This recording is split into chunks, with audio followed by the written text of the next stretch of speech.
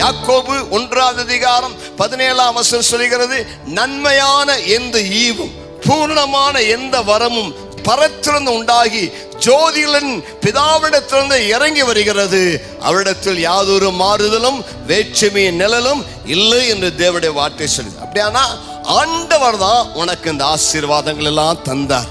அதை நீ நினைக்க வேண்டும், அதற்கு நன்றி சொல்ல வேண்டும். ஒவ்வொரு நாள் ஆண்டவரை பார்த்து, ஆண்டவரே எனக்கு நல்ல சுகம் கொடுத்தீரையா, எனக்கு நல்ல பலன் கொடுத்தீரையா, எனக்கு நல்ல சம்பளம் கொடுத்தீரையா, நல்ல வருமானம் கொடுத்தீரையா, உமக்கு நன்றி என்று சொல்ல வேண்டும். என் கை சாமர்த்தியம் ஆண்டவரே, என் பலன் அல்ல ஆண்டவரே, நான் ஆசீர்வாதமா இருக்கிறது உங்க கிருபை. எவ்வளவு தூரம் அவருடைய கிருபையை நீங்க ரெக்கனைஸ் பண்ணி அவருக்கு நன்றி சொல்லுகிறீர்களோ அவ்வளவு தூரம் உங்கள் வாழ்வில் ஆசீர்வாதம் ஒரு நதி போல பெருக்கெடுத்தோடும். கர்த்தருக்கு மகிமை உண்டாவதாக.